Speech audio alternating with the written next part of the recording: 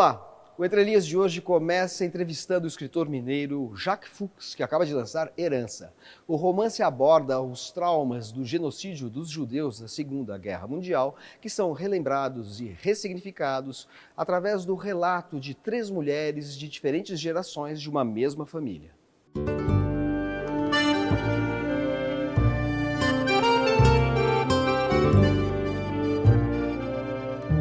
Herança, seu novo livro, tem 3 vozes narrativas, são 3 vozes geracionais de uma mesma família, e todas elas falam ou escrevem, refletem sobre o tema do Holocausto ou da Shoah, como muitos preferem designar o genocídio dos judeus da Segunda Guerra.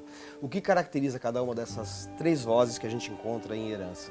Essas 3 mulheres que aparecem no livro em tempos diferentes, né?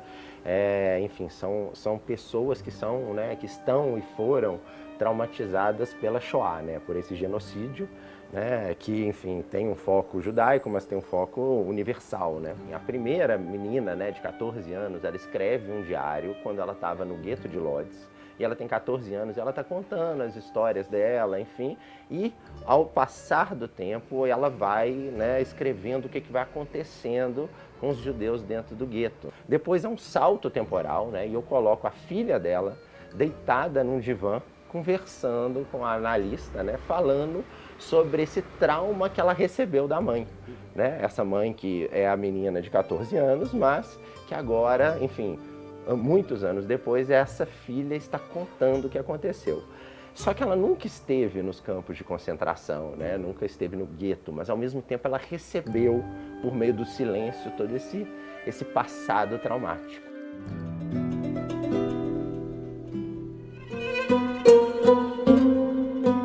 E aí tem a terceira voz, que é a neta, né, da menina, a filha que está fazendo a análise, e ela é uma estudiosa do Shoah. Então, tudo que ela traz é muito interessante, que o leitor pode confiar, que tudo que ela traz, ela traz a partir de documentos históricos. Existiram outras centenas de diários que foram estudados e que todos eles são reais. Serviram de inspiração para você. Exatamente, todos esses diários serviram de inspiração para mim. Essa estrutura dessas 3 mulheres é inventada, mas é baseada no trauma da geração dos sobreviventes, no trauma da geração dos filhos dos sobreviventes e no trauma da geração dos netos dos sobreviventes, que foram coisas que eu estudei durante o meu pós-doutorado.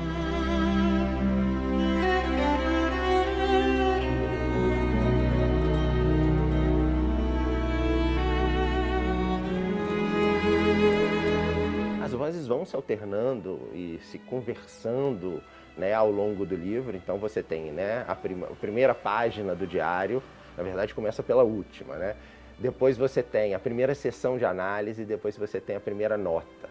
Depois você volta, segunda página do diário, segunda página da sessão de análise, segunda página das notas. Então, é um livro que você vai construindo as histórias. Agora, eu acho que o cerne do seu livro é a questão de como o trauma é elaborado. É melhor silenciar ou falar dele? E de que maneira se evita repeti-lo? Ou será que essa repetição é inevitável, já que o trauma é de uma ordem tão forte, é de uma ordem tão avassaladora, que é quase impossível evitar esse trauma, seja pelo silêncio, seja pela narrativa. No fundo é isso, né? É como lidar com a memória familiar e como repeti-la ou não repeti-la, para não atualizar o trauma e sofrer com o trauma. Então tem uma dimensão histórica no seu livro, mas também uma dimensão psicanalítica muito forte. O livro, né, enfim, eu acho que ele não te dá respostas, né? Ele te fala as implicações do trauma silencioso sendo passado de gerações para gerações e do trauma também, enfim, que há uma conversa entre essas 3 gerações em algum momento do livro, né? Então elas conversam sobre esse evento, né, essa catástrofe. Então é isso, eu acho que é uma família, assim como N outras famílias e assim como outras gerações que estão tentando, né, entender, se curar ou pelo menos, né, conseguir viver a partir ou através ou com esse trauma que acontece, né?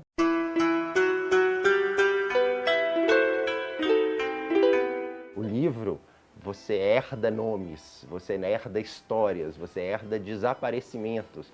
Então, a Lola, né, ela pega o nome de uma das parentes, a Clara pega o nome de outra das parentes. Elas não sabem quando, né, elas descobrem isso e é terrível para elas essa descoberta, porque é uma espécie de ponta de iceberg a partir do qual elas, né, descobrem toda uma história subterrânea que foi ocultada por vergonha, por culpa, por trauma. Uma das características dos sobreviventes, dessa classe de sobreviventes é a culpa. Porque muitos deles, o Primo Levi fala muito disso, se sentem culpados por terem sobrevivido, se sentem de alguma forma privilegiados.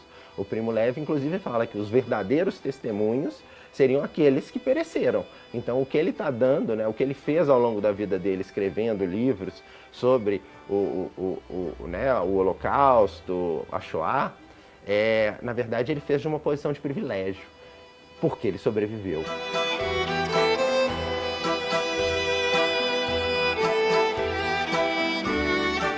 A mesma coisa com a Sarah. A Sarah se sente muito culpada, né? E ela sente que não falar, de alguma forma, vai fazer com que a filha e com a neta não recebam isso.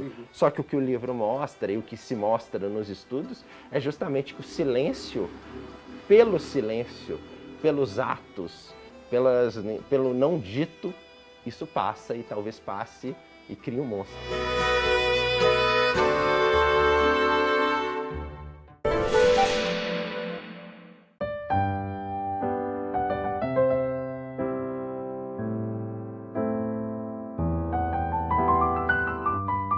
Ao mesmo tempo moderna e nostálgica, onírica e realista, a obra do pintor Marc Chagall está em cartaz numa exposição que dá grande destaque a outro aspecto de sua arte, a relação com a literatura.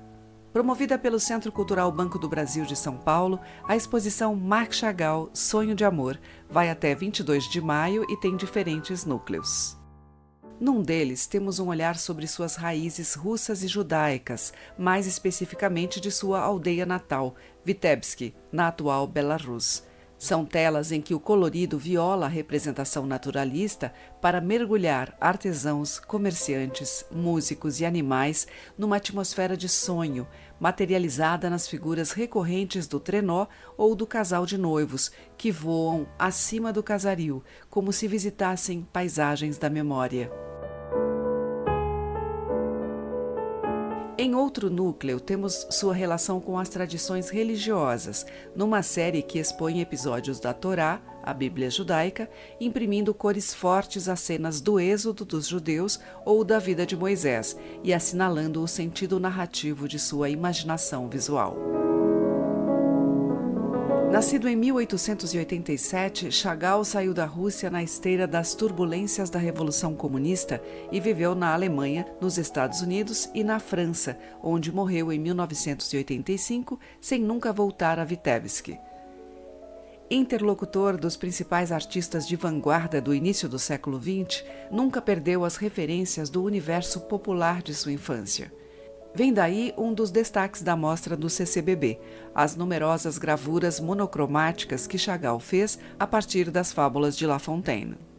Nesta série, ele imprime às personagens do poeta clássico francês as formas e feições que encontramos em seu imaginário pictórico e na tradição dos ícones russos, promovendo assim um encontro entre culturas. Encontro presente também nos poemas que o pintor escreveu, reproduzidos na mostra, e no videopoema feito a partir dos versos em que Chagall, na contramão dos nacionalismos, diz que só é meu o país que encontro em minha alma.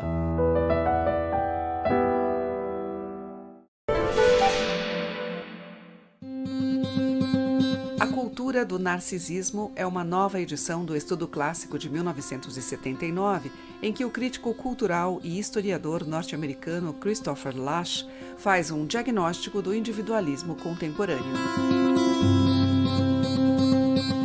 Figurações reúne textos sobre literatura em que a argentina Silvia Molloy, que morreu em 2022, analisa autores como Sarmiento, Victoria Ocampo e Jorge Luiz Borges. Escrever é muito perigoso traz ensaios e palestras de Olga Tokarczuk, incluindo o discurso que a escritora polonesa proferiu ao receber o Prêmio Nobel de Literatura em 2018. E Seleta é uma seleção feita pelo próprio autor de contos e trechos autônomos de romances do escritor paulista João Anzanello Carrascosa, um dos autores mais representativos da literatura brasileira contemporânea.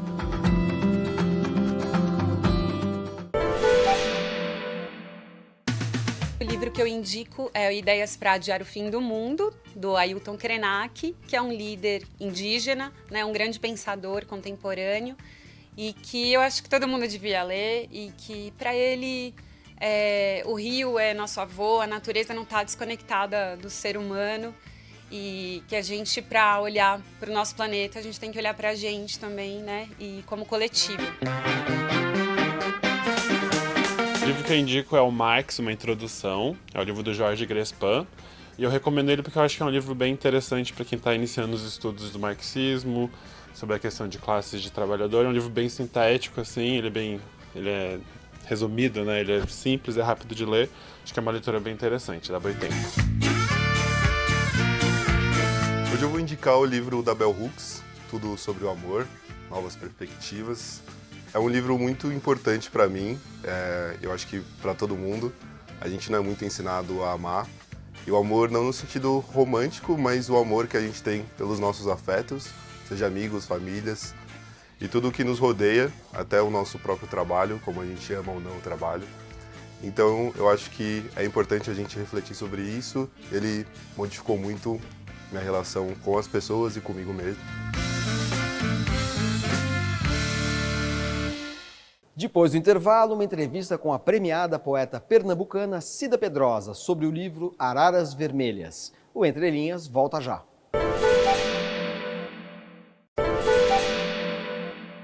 Em Araras Vermelhas, a poeta pernambucana Cida Pedrosa apresenta um longo e comovente poema sobre um episódio pouco comentado na história recente do Brasil, a Guerrilha do Araguaia. O livro entrelaça memórias pessoais e fatos históricos.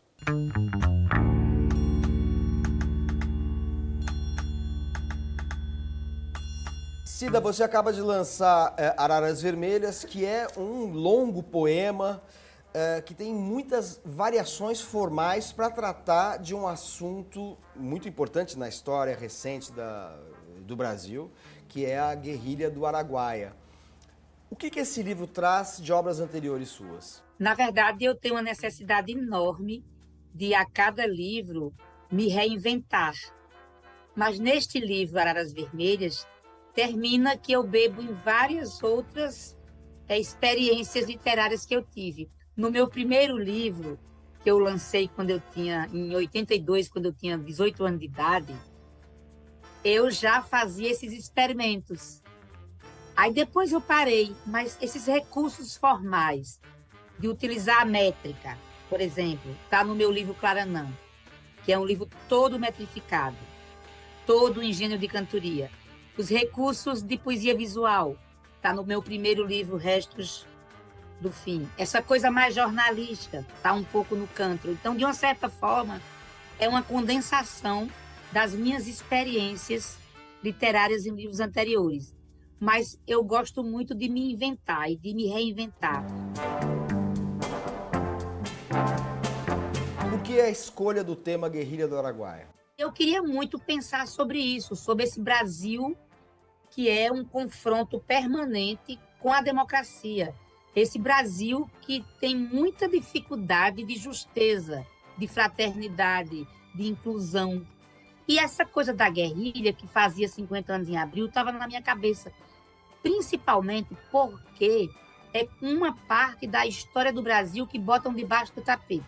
E eu queria falar sobre isso, falar sobre essa fase tão pouco falada da história do Brasil. Acho que isto me deu essa vontade de fazer esse poema. O livro é um longo poema, porém ele é dividido em 7 partes. Tem um prólogo, 5 cantos e um epílogo. A cada um dos cantos você faz um texto que é em prosa, uma prosa poética, mais um texto em prosa, em que você dá um contexto social, político, cultural, com referências ao governo Médici, ao governo Geisel, que foram 2 dos ditadores da época da guerrilha, ou então a acontecimentos e artistas que estavam em evidência, desde Janis Joplin até Gilberto Gil, a Leila Diniz, que é uma musa brasileira marcante para o imaginário da época. Ou seja, você introduz o contexto histórico do Brasil no mundo para depois entrar, mergulhar na região da Amazônia, no espaço ali onde se deu a guerrilha do Araguaia, no Pará, né? Depois você fragmenta o poema e coloca uma série de personagens que podem ser povos indígenas, podem ser opressores e, sobretudo, os guerrilheiros, né? Porque eu queria muito que as pessoas compreendessem um pouco, quando lessem o poema, de que a guerrilha não era isolada, não era um fato isolado. Por isso o contexto tanto do Brasil como do mundo. Porque ao mesmo tempo que aqueles meninos e meninas, que a maioria eram jovens, muito jovens, estavam lá lutando pela democracia, você tinha Janis Joplin fazendo uma luta diferente, mas não deixava de ser uma luta contra os costumes. Ela estava lá em São Francisco fazendo o movimento hippie, fazendo acontecer uma nova música, uma nova forma de estar no mundo. Você tinha o Black Sabbath lançando o seu primeiro LP, que é um divisor de águas para o rock do mundo. Você tinha Gilberto Gil e Caetano chegando do exílio, né, porque eles foram exilados por conta da ditadura. E aí, essas coisas todas não estavam isoladas. Estava Neruda ganhando o prêmio Nobel, depois já numa outra abertura eu digo da morte do Neruda, e já digo ali na morte do Neruda que ele tinha morrido sob suspeita de morte matada. O Brasil não estava isolado disso tudo. O Chile estava numa ditadura, depois a Argentina entra, o Uruguai entra numa ditadura, os Estados Unidos botam o dedo em cima de tudo isso. E eu queria, na verdade, contextualizar para depois entrar naquilo mesmo do eu lírico, do poema, de você pensar a dor, pensar a subjetividade dos guerrilheiros, pensar a minha própria subjetividade, porque eu coloco coisas minhas pessoais no meio dessa história toda, memórias minhas pessoais. Eu queria brincar, na verdade, essa história, mas que as pessoas pensassem, isso não estava isolado, isso está ligado. Você menciona personagens específicos que foram protagonistas da Guerra do Araguaia, né? Como o Oswaldo Orlando da Costa e como a Dina, conhecida pelo codinome Dina, que foram 2 dos líderes entre os tantos que você menciona. Como é que você articulou essa história que de alguma maneira é um pouco história coletiva, história sua íntima, história coletiva, mas também com protagonistas na ação militar, ação guerrilheira? Eles são os guerrilheiros mais populares porque eles se tornaram icônicos. Se você chegar hoje no Araguaia, camponeses lembram dos feitos desses 2 e falam. E tem lendas, e eu pego essas lendas porque eu ouvi muito documentário, principalmente ouvindo camponeses, para escrever o livro também. Na medida que eu estava escrevendo, eu assisti muitos documentários. E todos eles falavam de referência Oswaldão e Dina. Eles faziam parte íntima do lugar. Por isso, talvez, a lembrança coletiva dos camponeses e dos indígenas deles sejam tão fortes.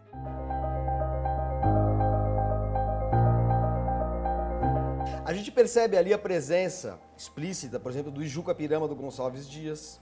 A gente percebe uma presença não tão explícita do Romanceiro da Inconfidência, da Cecília Meirelles, e pelos experimentalismos formais do poema Sujo, do Ferreira Goulart, mas a gente também sente a presença de uma cadência do cordel e da poesia popular que já está na sua poesia em alguns momentos de outros livros.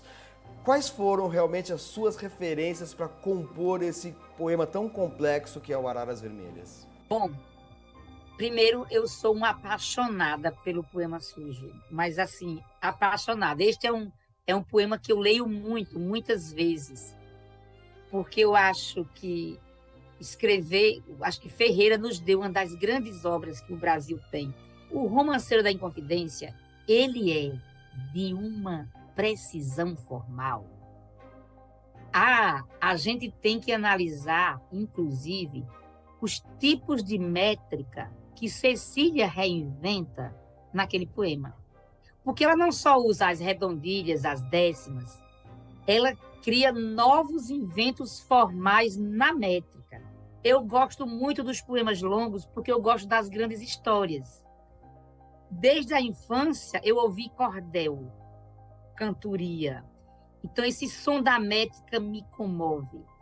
E a gente tem uma mania de colocar como uma poesia menor, mas é uma poesia sofisticada, difícil de fazer. Metrificar e rimar bem não é fácil. Fazer qualquer coisa aí e dizer que é rima é fácil, mas você metrificar corretamente e rimar bem é complexo. E eu acho que isso me move muito, porque me traz esse som da infância que eu ouvi tanto.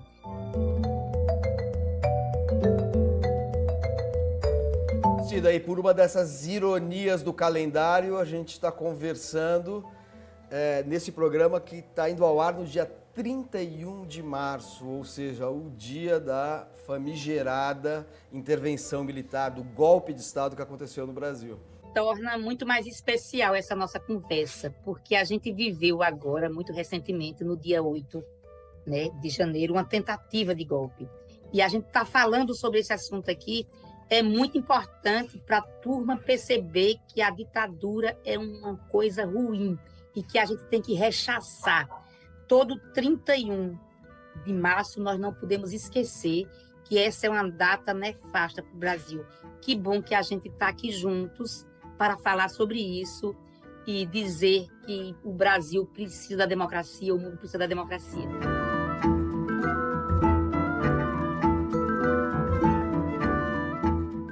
O Entre Linhas de hoje termina com trechos de entrevista de Amos Oz à TV Cultura. O premiado escritor nasceu em 1939 na cidade de Jerusalém e morreu em 2018 no atual Estado de Israel, fundado poucos anos após seu nascimento. Amos Oz iniciou sua carreira com o romance Talvez em Outro Lugar, de 1966, e publicou cerca de 35 livros entre romances, histórias infantis e coletâneas de ensaios, críticas e artigos. Até a semana que vem. The fanatic is a walking exclamation mark. This is my definition of a fanatic. He has all the answers and he is not interested in the questions. He has the answers. Now, I wrote about fanatics, but I also wrote about very skeptical people. I wrote a lot about fanatics, for instance, in Black Box, where almost everybody is fanatic one way or another. But I wrote many books and stories like FEMA, like Panther in the Basement, where the protagonist is ambivalent, skeptical, and full of humor. I find sense of humor the best antidote to fanaticism. I have never seen a fanatic with a sense of humor, nor have I ever seen a person with a sense of humor becoming a fanatic. My books are not statements. When I want to make a statement, I write an angry article and I tell the government to go to hell. They read my articles and they don't go to hell. But I also have the urge to tell stories. And the urge to tell is very different than the urge to say. The urge to tell has to do with curiosity. I'm a great believer in curiosity. I believe curiosity is a moral virtue. I believe a curious person is a better person than a person who is not curious. I even believe that a curious person is a better lover than a person who is not curious, but it's too early in the day to discuss the lover aspect of curiosity. However, I write about individuals, small-time people, not about the leaders, not about those who make the history, but about small-time people, about those people who are the victims of history and not about the makers of history. I don't write